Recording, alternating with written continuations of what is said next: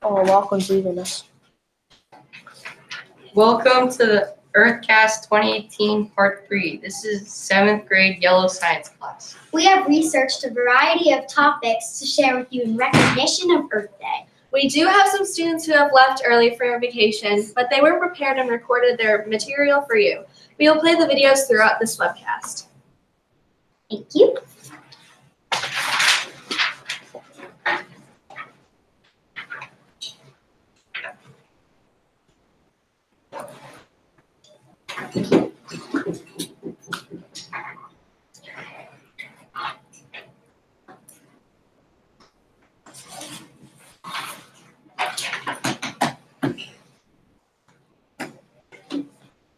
You know what, I'm gonna have you move closer to here. And stand closer. How's that? So now we got a minute shot. Hi, my name is Jake, and I'm doing the 5 mass extinctions of the Earth. The first one is the graphite. The time period was called the Ordoviciation. They were 2 to 3 centimeters long. They were sea creatures. They went extinct about 444 million years ago due to the Ice Age. Here are some photos of fossils. The next one is the trilobites. The time period was called the Devonation. They were about 5 centimeters long. They were bottom dwellers. They went extinct about 375 million years ago due to the algal blooms that sucked the oxygen out of the water, suffocating them. Here are some fossils. The next one is the Talubite coral. The third mass extinction was the Talubite coral. The time period was called the Permian. Most of them were about 5 centimeters long and wide. 96% of the coral went extinct about 251 million years ago due to an eruption in Siberia that sent carbon dioxide, CO2, into the atmosphere. Here's some fossils. The next one is the Conodon. The time period was called the Jurassic. They were about 40 centimeters long. They were eels with razor-sharp teeth. They went extinct about 200 million years ago, and we do not know the reason why. We know they existed because we found fossils of them in 1980 in Scotland. Here are some photos. And the last one is the ammonite and dinosaurs. The time period was called the Cretaceous. Ammonite were squid-like creatures and were about 15 centimeters long. Dinosaurs were all different kinds of sizes, and they ranged from carnivores, meat eaters, to herbivores, plant eaters. Both species went extinct about 65 million years ago because of a huge asteroid that altered volcanic activity and climate change. Here are some photos, and this is my works cited.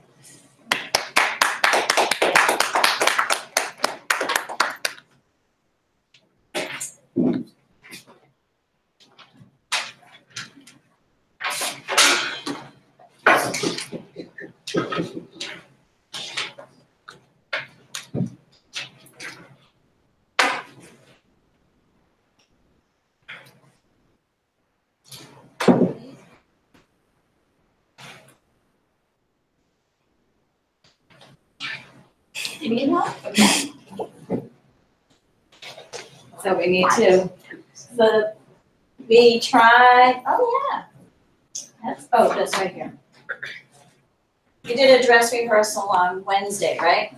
We were hoping none of this would happen, but there we go, right? Hello. I did how tourism and global warming affect national parks.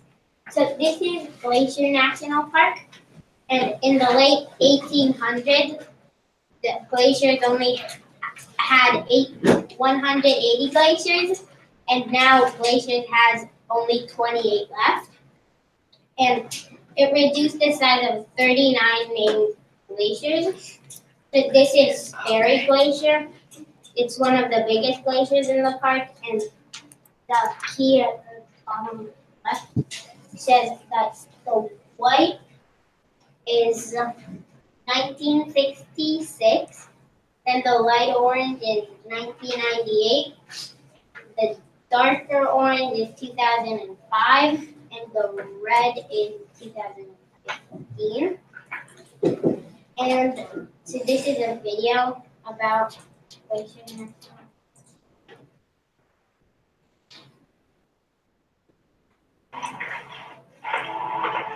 all the glaciers are shrinking.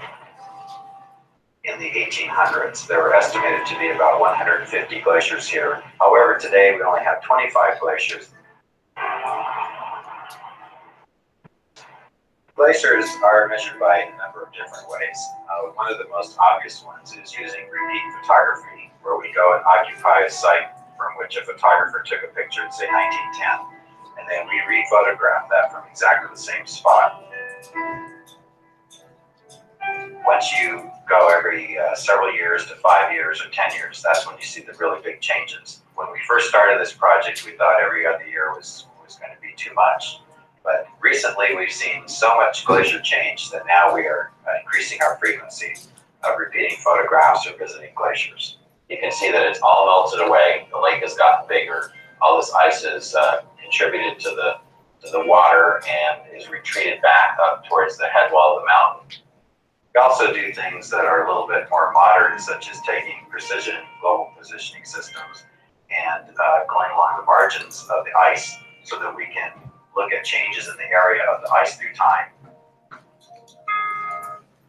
Okay, so Harrison Glacier is the largest glacier.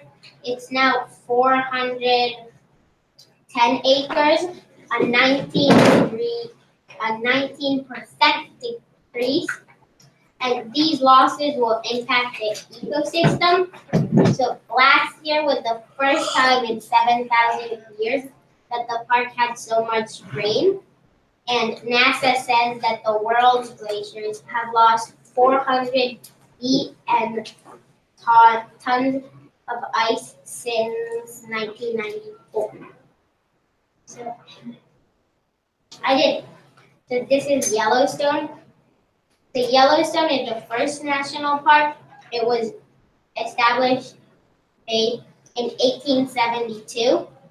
So today's wilderness is contained, nature is under management, and wild animals obliged to abide by human rules. So Yellowstone structures and roads are $633 million. And Yellowstone's neighbor, the Grand Tetons, the cost surpasses over $200 million. And there's a lot of traffic problems, and they have worsened, especially during the height of the summer vacation season. And Yellowstone's roads are crooked. And these are some pictures. Yellowstone, see bison are crossing the road, taking pictures. And then this is the Grand Canyon. So the water at the Grand Canyon is turning dirty because of air pollution caused by humans. And there's a haze that makes it hard to see the canyon in some areas. The haze is from small particles in the air caused by coal-burning power plants. And there's also many forest fires in the national parks last year. And these are some pictures. And okay, so animals are getting too comfortable around people, and these animals have to be shot with paintballs or else they'll like die because they're already used to like getting food from humans. And if the bears are too comfortable because the people are feeding. And this is my work started. And yeah, thank you.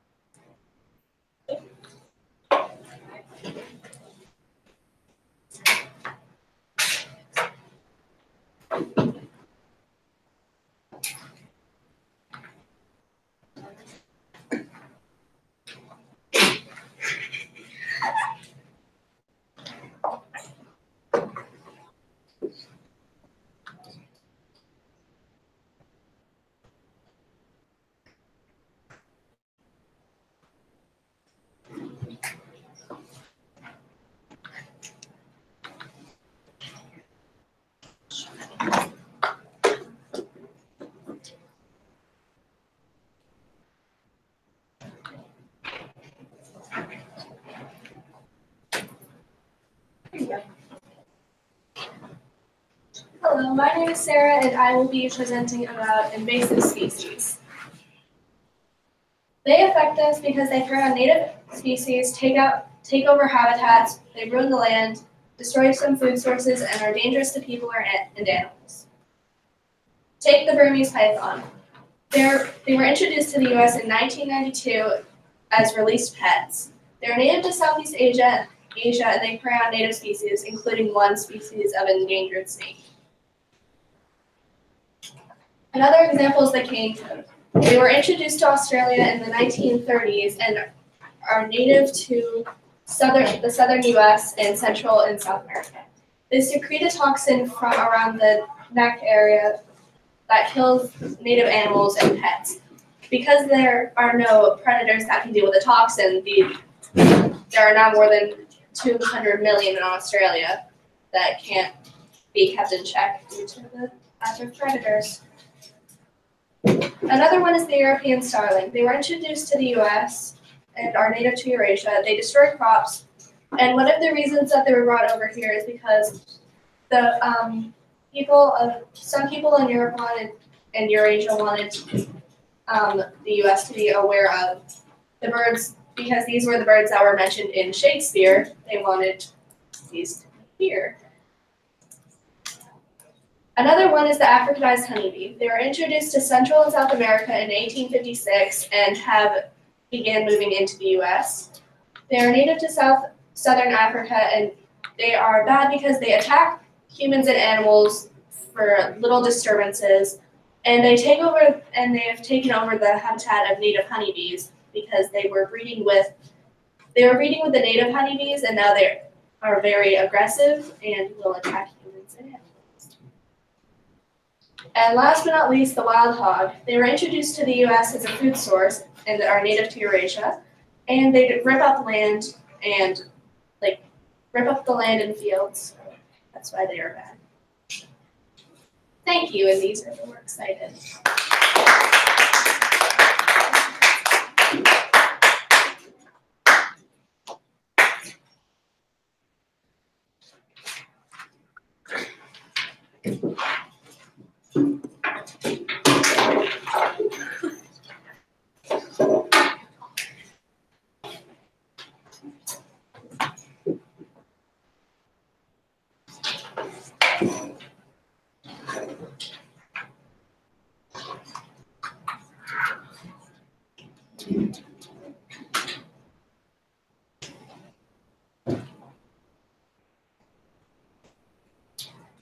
Hello, I'm Delaney, and today we're going to be talking about microbeads. More than 8 trillion microbeads enter the U.S. aquatic habitats daily. That's enough to cover about 300 tennis courts. A single tube of face wash can contain more than 300,000 plastic microbeads. What are microbeads? Microbeads are tiny pieces of plastic that classify smaller than 2 millimeters. That's smaller than a grain of sand. These tiny plastic beads are used in products such as face wash, body scrubs, cosmetics, soap, deodorant, and even toothpaste. These microbeads are used to create an exfoliant sensation, leaving you to want more. These are cheaper than natural exfoliants and go right down the drain. These tiny pieces of plastic don't break down, leaving them to soak up toxins. This makes them about 1 millimeter times more than the toxic water. What effect does this have? Plastic microbeads have many effects on our Earth. Because of the microbead size, they slip through the drains, therefore getting discharged into the waterways, polluting areas such as bays, gulfs, seas, and inland waterways. This makes a giant increase to microplastic debris. Most often, sea animals mistake these for food, and the chemicals get transferred into their bodies. These microbeads can even end up on your dinner plate.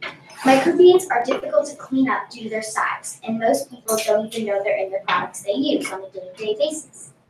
This means that they can fill your pores with plastic and cause concerns to human health.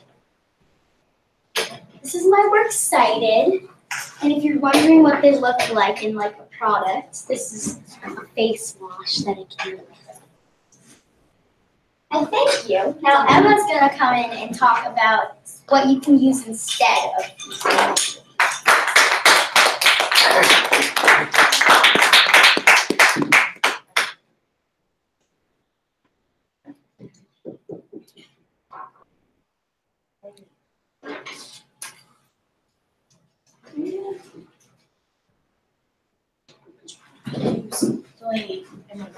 This one? Yes.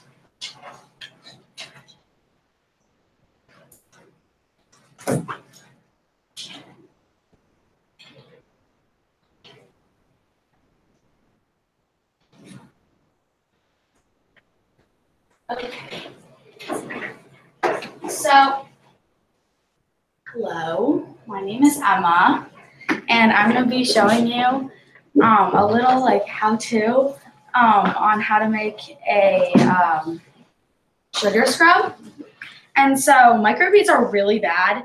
They're little pieces of plastic in face washes and toothpastes and nail polishes and other products that people use on a day-to-day basis. So first I'm going to put my one directions up. 1 cup of granulated sugar into the bowl. Then I'm going to, so since it's completely, okay, then I'm going to put the melted coconut oil into the bowl and stir it until it's decently mixed. They're designed to wash down the drain and mist oil plants, or oil and clean water plants, so that they go into the ocean. And many animals, such as fish and other marine life, mistake them for larvae and eat them. Okay, so this is what it should look like after you mix the stuff, after you mix the oil in. Then if it's too wet, add the food coloring, so I'm gonna make it yellow.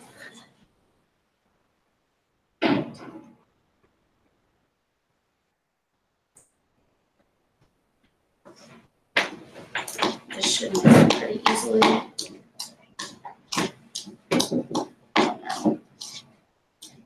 Okay, it's turning yellow. So it's really easy to replace these products such as sugar scrub or jojoba beads with microbeads.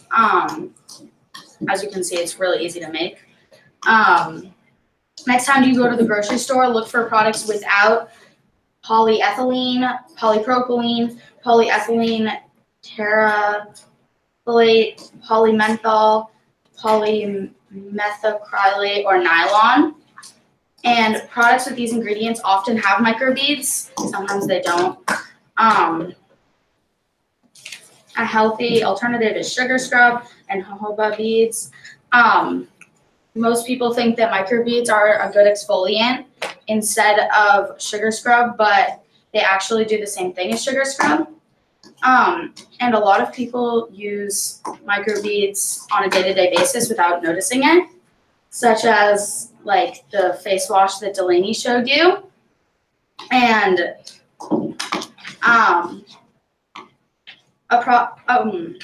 1 tube of face wash can contain approximately 300,000 microbeads. And so when you have 300,000 people using the same thing, 90 billion microbeads end up in the ocean. And this is what it looks like. So next, you're gonna add in your essential oils, 10 to 15 drops. I'm gonna use tea tree. It's my favorite. It comes out.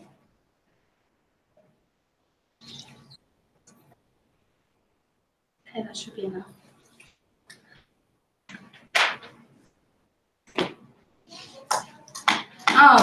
Microbeads cost less than regular exfoliants, such as like apricot shells and other natural things. So this is what it looks like when it's done. So I'm gonna put it into these containers.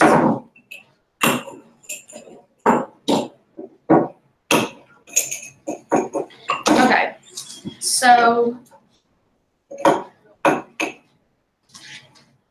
that's good.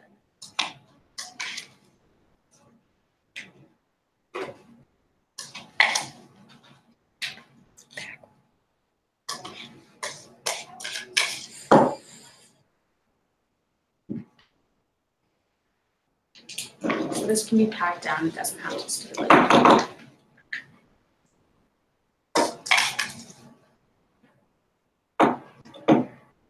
Okay, there we go. Close it. Close it. Then you can put like cute little stickers like this on it, but I'm not going to do that right now because I don't want to. So yeah, this is the sugar scrub, and yeah, so do not use microbeads. Thank you.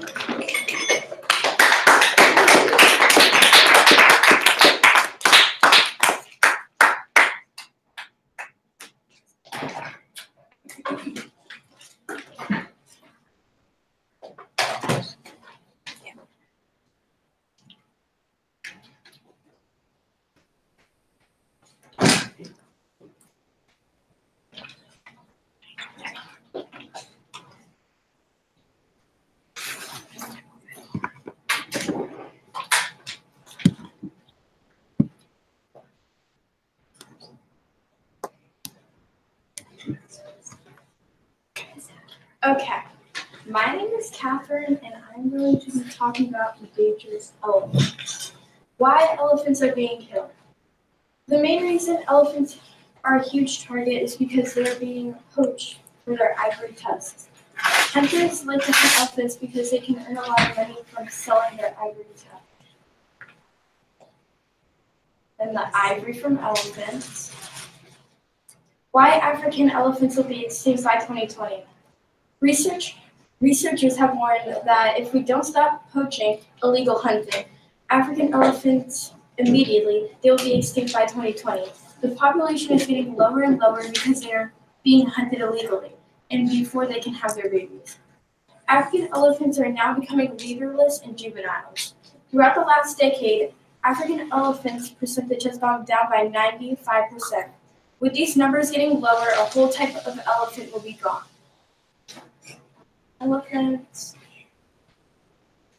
Why elephants are important. Elephants are very important because they have a major effect on habitats. If elephants go extinct, species would have no place to live.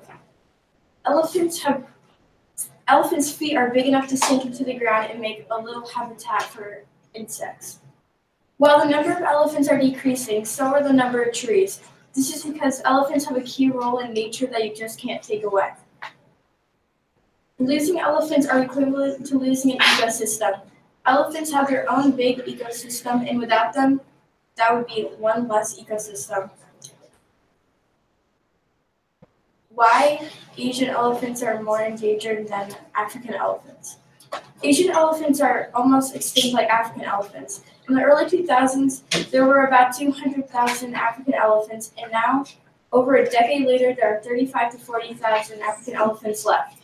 Hunters go for the Asian elephants because they can sell their ivory tusks to get more money. And this is my work site. Thank you.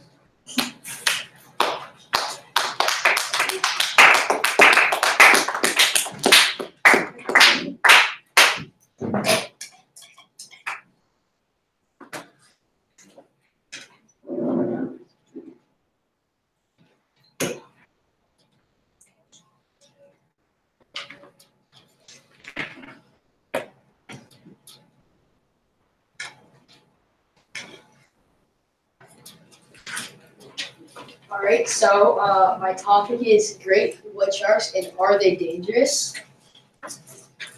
A lot of people think that the great white shark is a man-eater, dangerous, and killers. Even though the great white is the third biggest shark in the world, doesn't mean it's always dangerous. Shark attacks are a very rare event, and most all shark attacks are not deadly. There's been a total of 34 shark attacks in the past 2 centuries. The reason they attack us is because they may think you're a seal, which is their primary food source.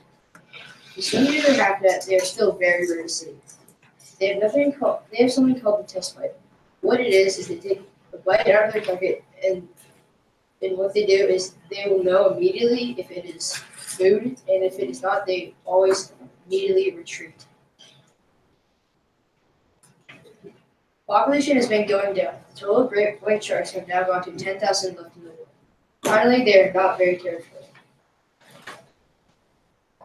Daniel Bottolo has logged more than 24 hours outside of his diving cage, proving that great white sharks are not dangerous. He's given touching distance to many great sharks and says that he has never got bitten by one. He says the key to stay calm, keep eye contact, and stand your ground. There's been a problem with the rising population of great white sharks in Cape Cod. The population of great whites went from 80 in 2014 to 150 in 2017. The large numbers of gray seals has attracted many new inhabitants. The encounters are going up. The shark attacks are extremely rare. The main reason for encounters are because we may look like seals, so they swim up, and if they notice we are not seals, they may retreat. But if there is an attack, they leave a test bite just to make sure. There are many safety warnings and procedures all over the beaches of Cape Cod. Now for shark attacks. For hunting tactics, they like to go from under to catch their prey off guard. They live very far down, 1,000 plus meters. In the womb, the bigger shark babies eat the smaller ones. The great whites they're not very territorial. Sometimes, something about the shape of their body is that it's shaped like a torpedo, allowing the shark to fly through the water. They do not eat humans for food. They like seals and bigger fish. Finally, they have existed for 400 million years. Now for some safety. You need to avoid swimming near seals as they are sharks' #1 food source. Keep near the shore as much as you can and try to stay near people. Go swim with friends, and finally avoid surfing alone. Thank you for watching. We have a question. Is that a good thing that the shark population is increasing? It depends on where it is. Well, if it's in the ocean, it's better because the shark population has been going down for a while. But if it's like local beaches like Cape Cod, it's not necessarily good for the sake of the people.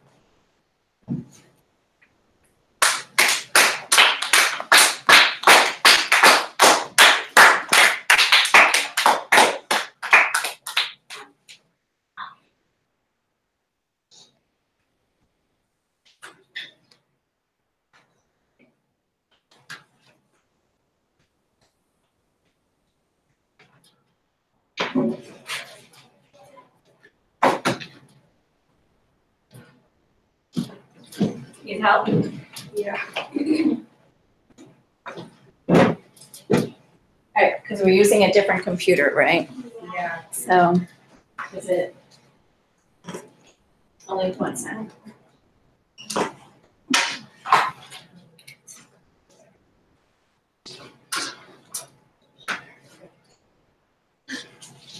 Yeah. Right. We're going to come back and we're going to have you use a different computer. Oh, wait, did it just go? Okay.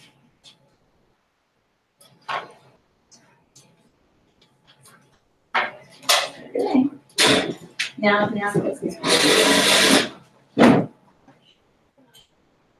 Okay. Yeah, let's get a different computer. And in the meantime, who's next? Oh, so that's it. All right, thank you. Come on over. This is good problem solving and people helping each other out. I love it. Why don't we let Josie go and let her log in? Okay. Sure.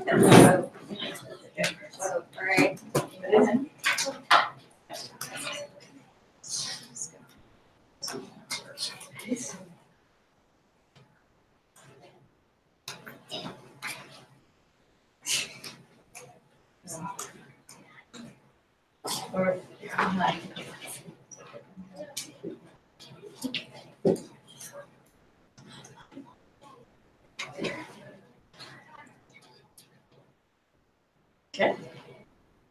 Okay, so I did our ecological footprint and reducing it.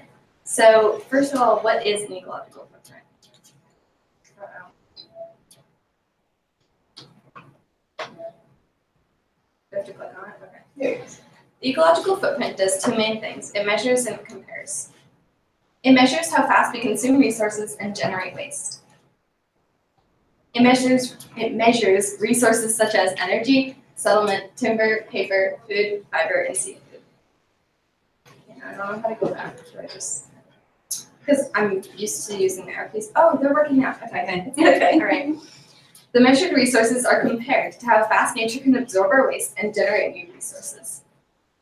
Some examples of where resources come from are timber and paper come from forests, food and fibers come from cropland and pastures, and seafood comes from bodies of water such as the ocean, and fisheries. Now, what is an ecological deficit? When a region's ecological footprint exceeds their biocapacity, that is called an ecological deficit.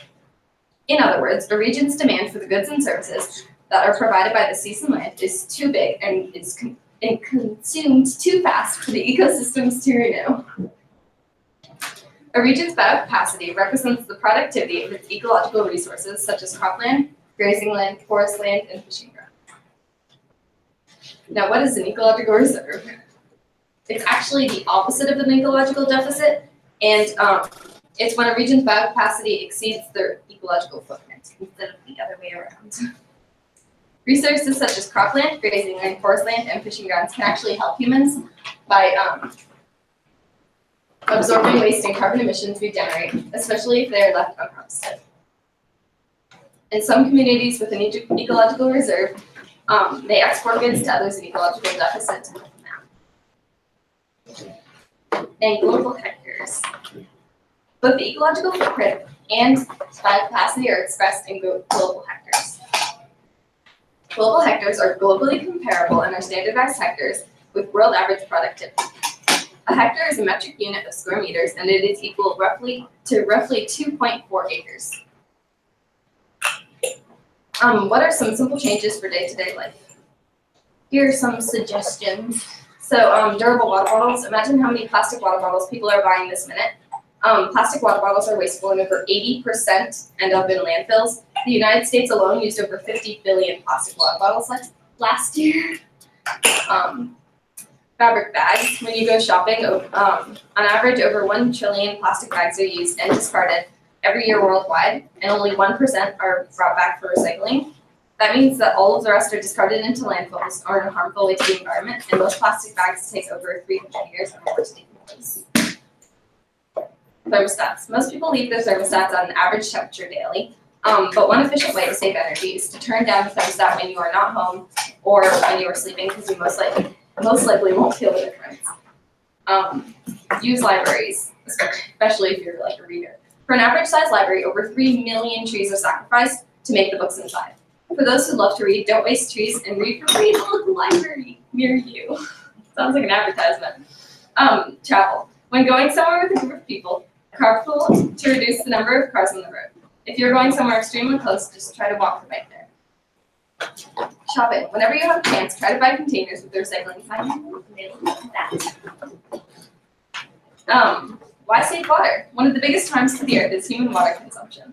The average household uses from 80 to 100 gallons of water per person per day. What are some simple ways we can save water? Dishwashers and washing machines. Run these washing devices only when they are full. This helps conserve water and also gets a bigger quantity of objects clean.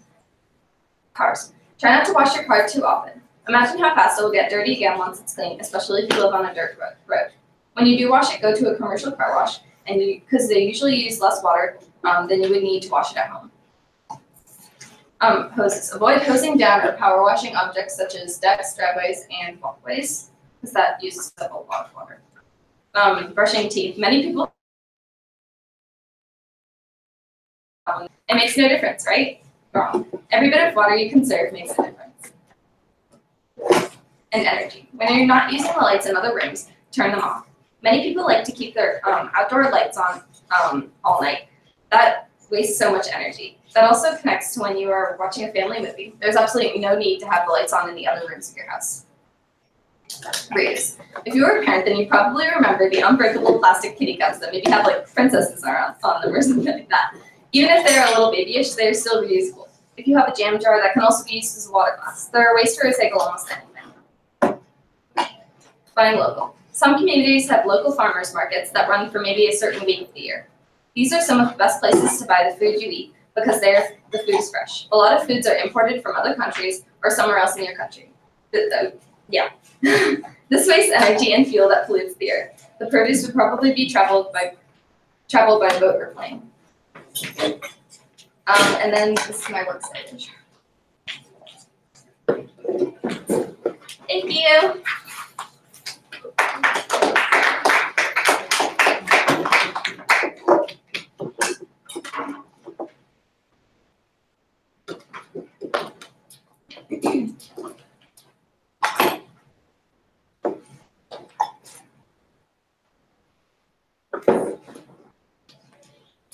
Hi, my name's Maddie, and I did endangered snow leopards. About the snow leopard. The snow leopard is also known as the panther junior. There are no more than 6,500 left in the world. The Tibetan Plateau is home to half of the existing leopards. They are one of the biggest threats. They are found in 12 different countries, of which include China, Mongolia, and others. Hunting and poaching. Snow leopards have been endangered since 1972. One reason they are endangered is because of hunting and poaching. People like to hunt them because their fur makes thick and expensive coats. Climate change. Every year it has been getting 3 degrees warmer. Snow leopards live in the mountains. Since it has been getting warmer, the snow is melting off the mountains, and they keep moving farther up the mountain. Farther up, vegetation becomes more scarce, and it has become harder for them to get food. Livestock. Snow leopards share a habitat with livestock. Since the food becomes scarce, they start to hunt the livestock. When they do that, humans get angry and start to hunt the snow leopards.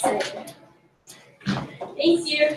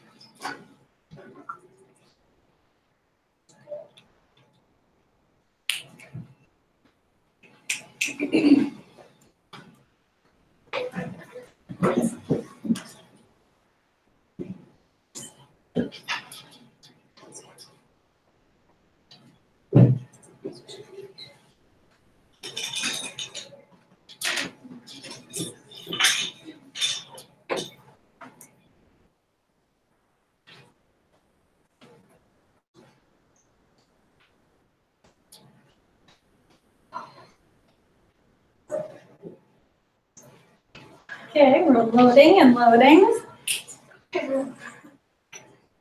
Everyone's doing so well being quiet. Here we go.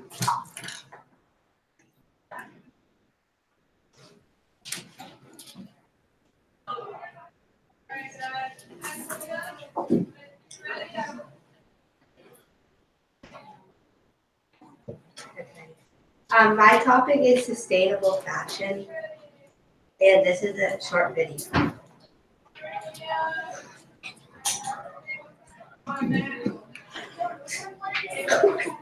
Copy and paste the URL. Or right click.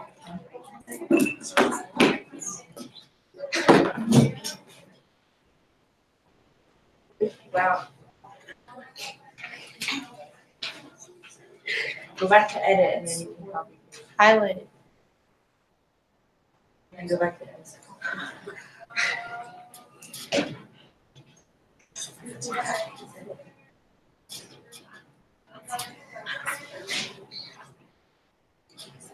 Okay, I just watched the video.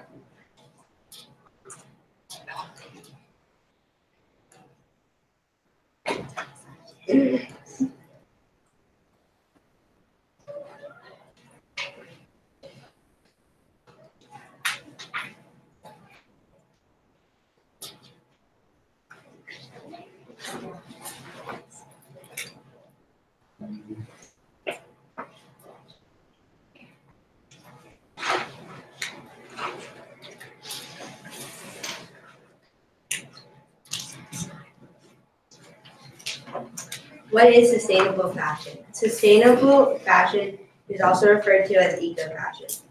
Eco is short for ecology.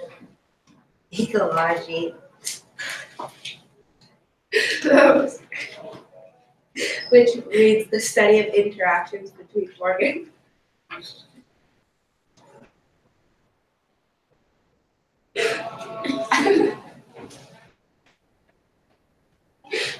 Okay.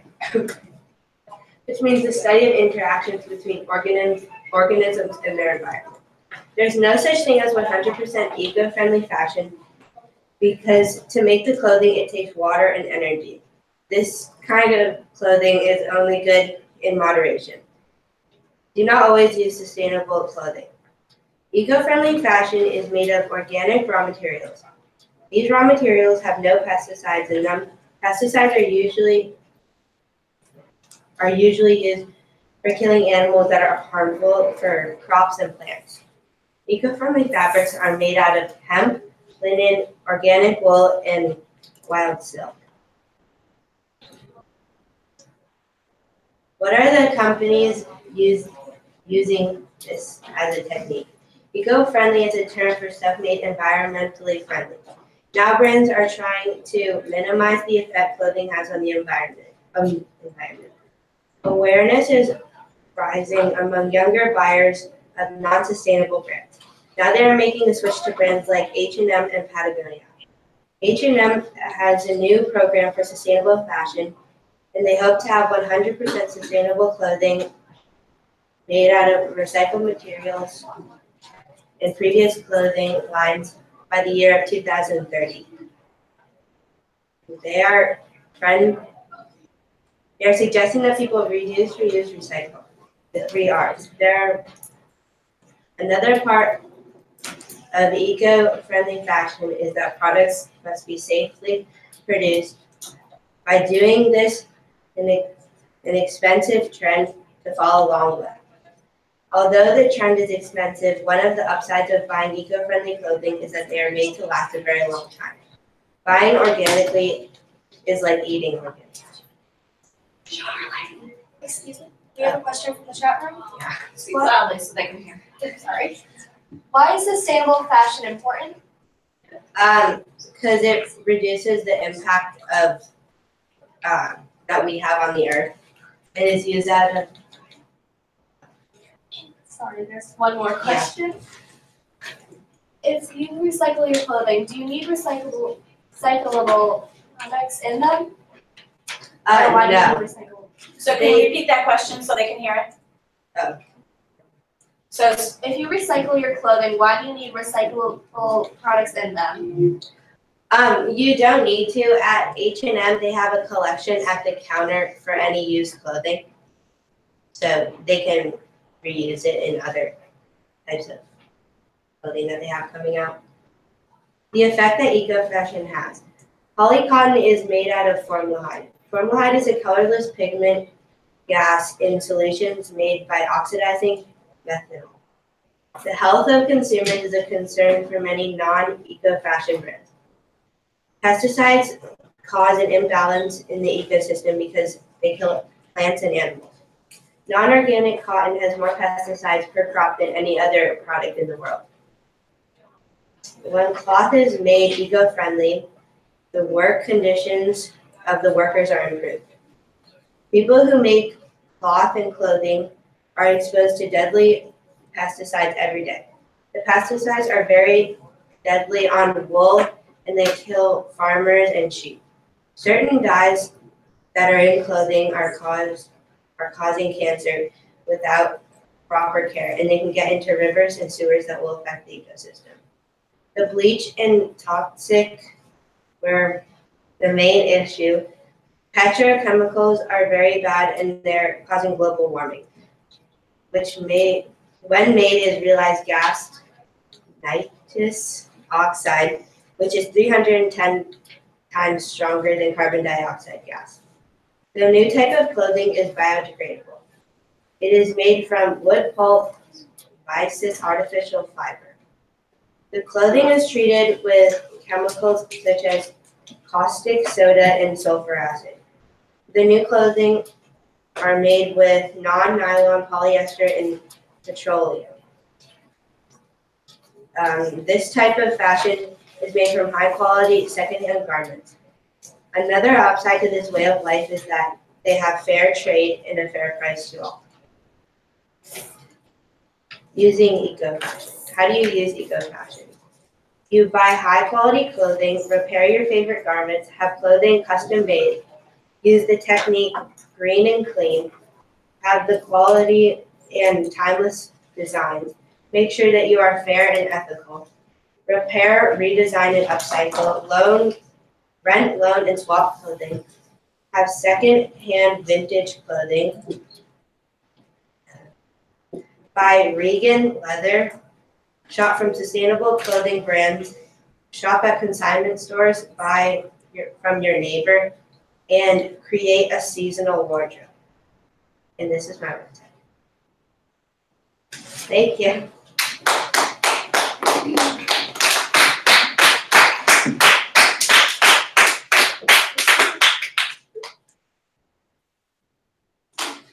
Right, and we're sneaking Emma back in because she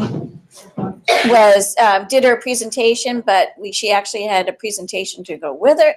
So we're getting her back in here as soon as we can get the technology going. Okay. And may not fit just right. It's okay. Yeah, that's right. Right, it goes around here.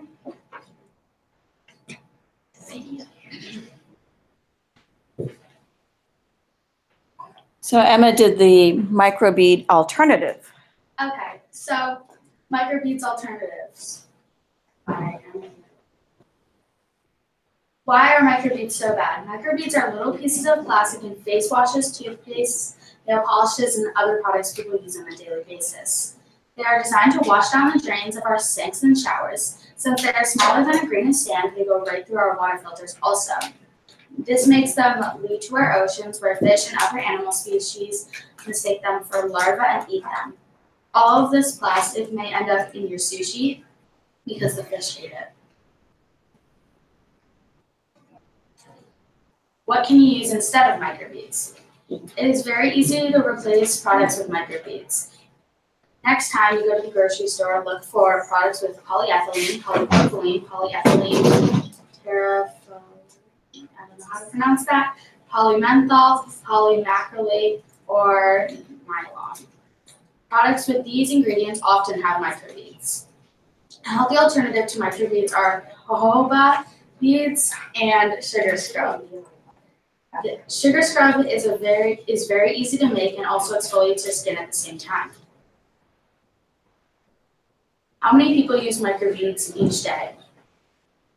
Many people use products with microbeads every day. For example, 1 tube of face wash can contain approximately 300,000 microbeads. So think about when you have 300,000 people using the products with microbeads.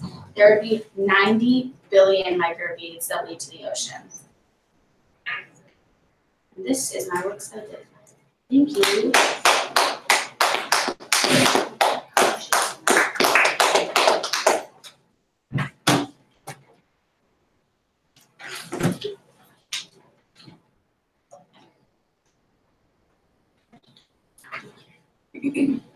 Hi, my name is Chris, and my project is the sixth extinction. So what could cause the sixth extinction? With all the factories and cars that give CO2 into the air, different species environment have been contaminated with CO2. Marine life, mammals, and amphibian populations have been decreasing for the last 30 years. Marine life. For the last 30 years, the Great Coral Reef in Australia has lost 50% of its coral. This will affect different plants in the environment. And 1/4 of sharks have gone endangered. Shellfish are getting affected the most of the CO2 in the water. The CO2 will get into the shells, and the shells won't age. And then the shells will crack, and that will lead the shellfish to mortality. Then 1/3 of reefs are endangered. Amphibians. 41% of amphibians are endangered. In rainforests and ponds, the CO2 is run to the water and have made amphibians endangered. And here is a photo of an endangered iron forest frog.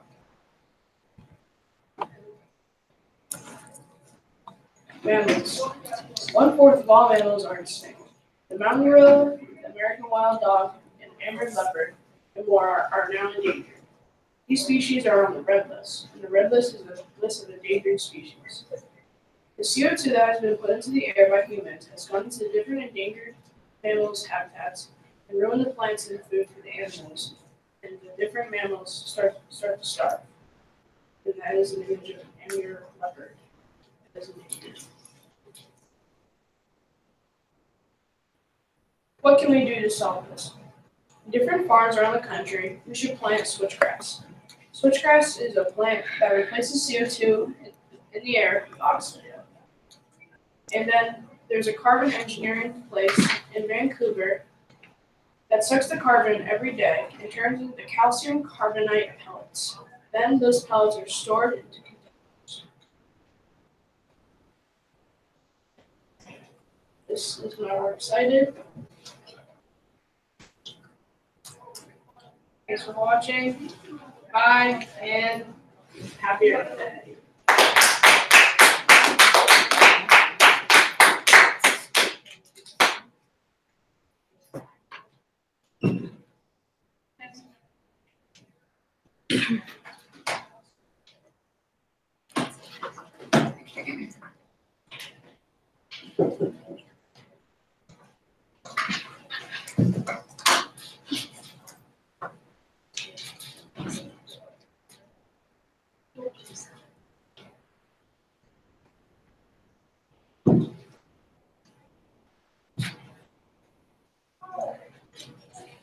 The Pacific Trash Vortex is also known as the Great Pacific Ghost. It was discovered in 1997, and it's made up of debris from all over the world.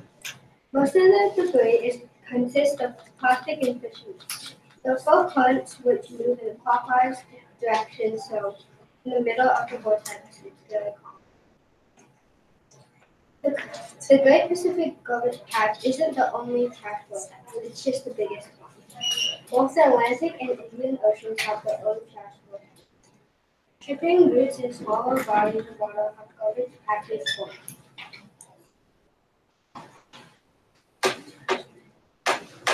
Most of the trash isn't biodegradable, so it won't break down. Plastic doesn't go down, it just breaks into tinier and tinier pieces. About 70% of the debris sinks to the bottom of the oceans without leaving down 30% on the ocean. Scientists don't know how much there really is. It's very difficult to estimate because most of the trash isn't on the surface, it's below the water. 80% of it comes from North America and Asia. The other 20% comes from boaters, offshore oil rigs, large cargo, and New York. The good thing about plastic is that it's durable and it's affordable. The downside to plastic is that it doesn't biodegrade. It just breaks into smaller pieces. The sun breaks down the plastic into tinier pieces. The process is called photodegradation. The good thing, we all know that we have affected the animal population with polluting the environment. For example, the wild buffalo heads each other to make the mistake of thinking that plastic bags are jellyfish. Albatrosses believe that the plastic doesn't kill its fish eggs, so they feed them to their babies, and babies die either from starvation or ruptured organs. Many seals and other mammals are at risk. They can get stuck in abandoned plastic fishing nets, which are being discarded more and more each year because of how expensive they are. Some of them get stuck in the nets and drown. It's referred as ghost fishing.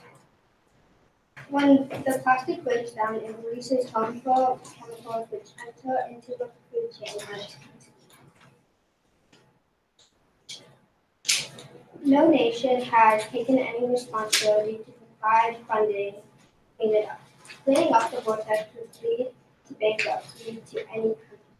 It's estimated that it would take around 67 ships 1 year to clean up yet less than 1%. Excuse me, question from the chat room. Is debris another word for trash and garbage, or does it mean something else? It is another one. In 2014, aerial drones showed cracks below the ocean surface. More permanent plastic features such as islands of around 15 meters in length is also seen. National Geographic built a large camera made entirely from plastic bottles. The biggest problem is that there is still debris entering the water. If there's less amount of debris entering the water, there will be less in the water. Creating less waste will reduce any chances of getting into water. Also, by creating less waste, it will also help out all around on land and water. Recycling and reusing whatever you can, how much waste you are creating.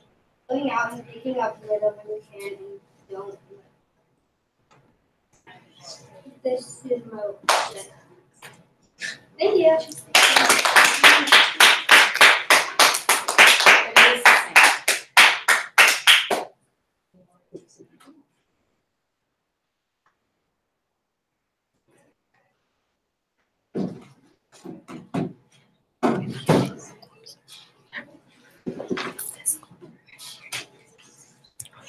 Okay, hi, my name is Miles, and I'm going to be talking to you about banana paper.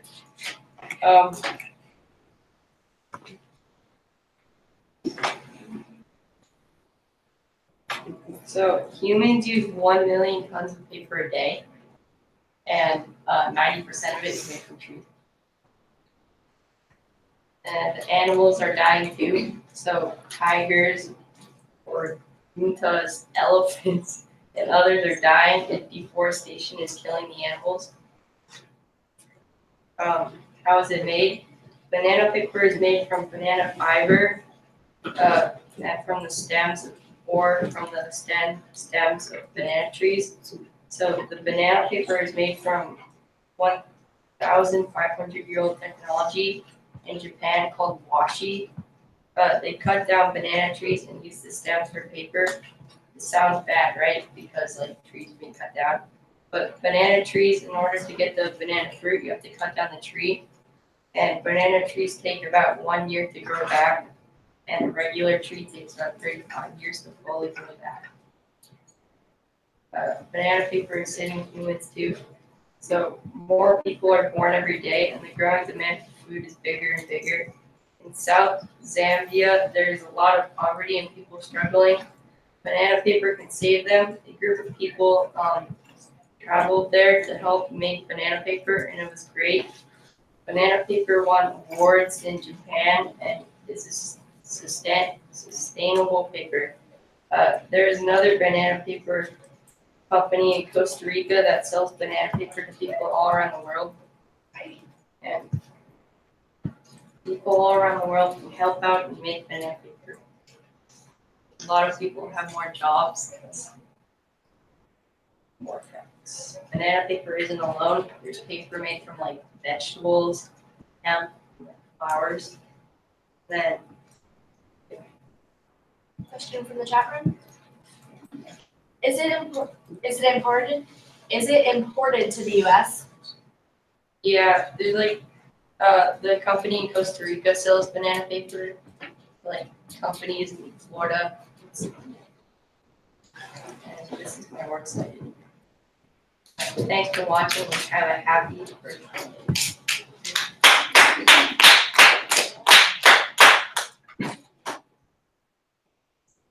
Right, and we had some technical difficulties earlier, so Charlotte is back up. She would like to show the video.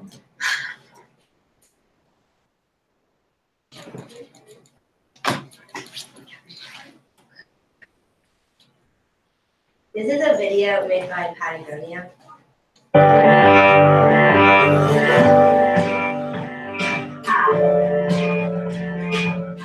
In the early 90s, We committed to reducing the negative impacts of our polyester clothing by decreasing our use of petroleum.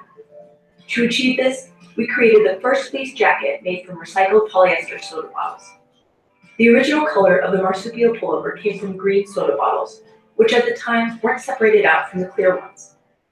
Since 1993, we've eliminated the need for over 20,000 barrels of oil and have kept millions of plastic bottles from the waste stream.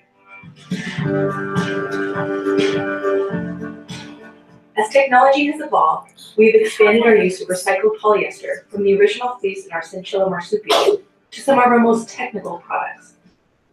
We keep working to reduce our impact on the environment while making products that set the standard for quality and performance.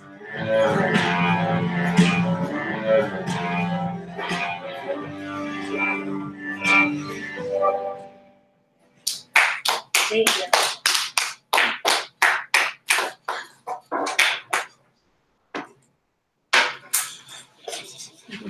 Again, we have another student that's not here but did do a recording, and we will play that later today.